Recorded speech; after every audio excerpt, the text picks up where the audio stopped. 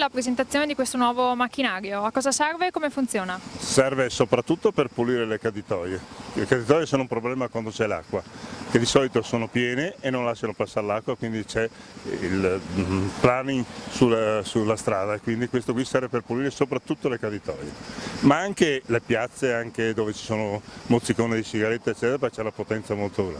È un sistema che va a motore, quindi può anche correre, fare anche distanze un po' più lunghe, invece di quello a mano che si sta usando in tutte le zone, però ha una potenza molto superiore. È un unico, diciamo, esemplare o ce ne saranno anche altri? No, è il primo che abbiamo preso oggi, lo tastiamo e ne sono già in ordinazione altri 3 o 4. Insomma. E visto insomma il maltempo di questi giorni, sarà subito in azione già da oggi? Sì, appunto, è stata una fortuna che sia andato in azione oggi, perché soprattutto il problema grosso sono le caditoie in tutti i comuni.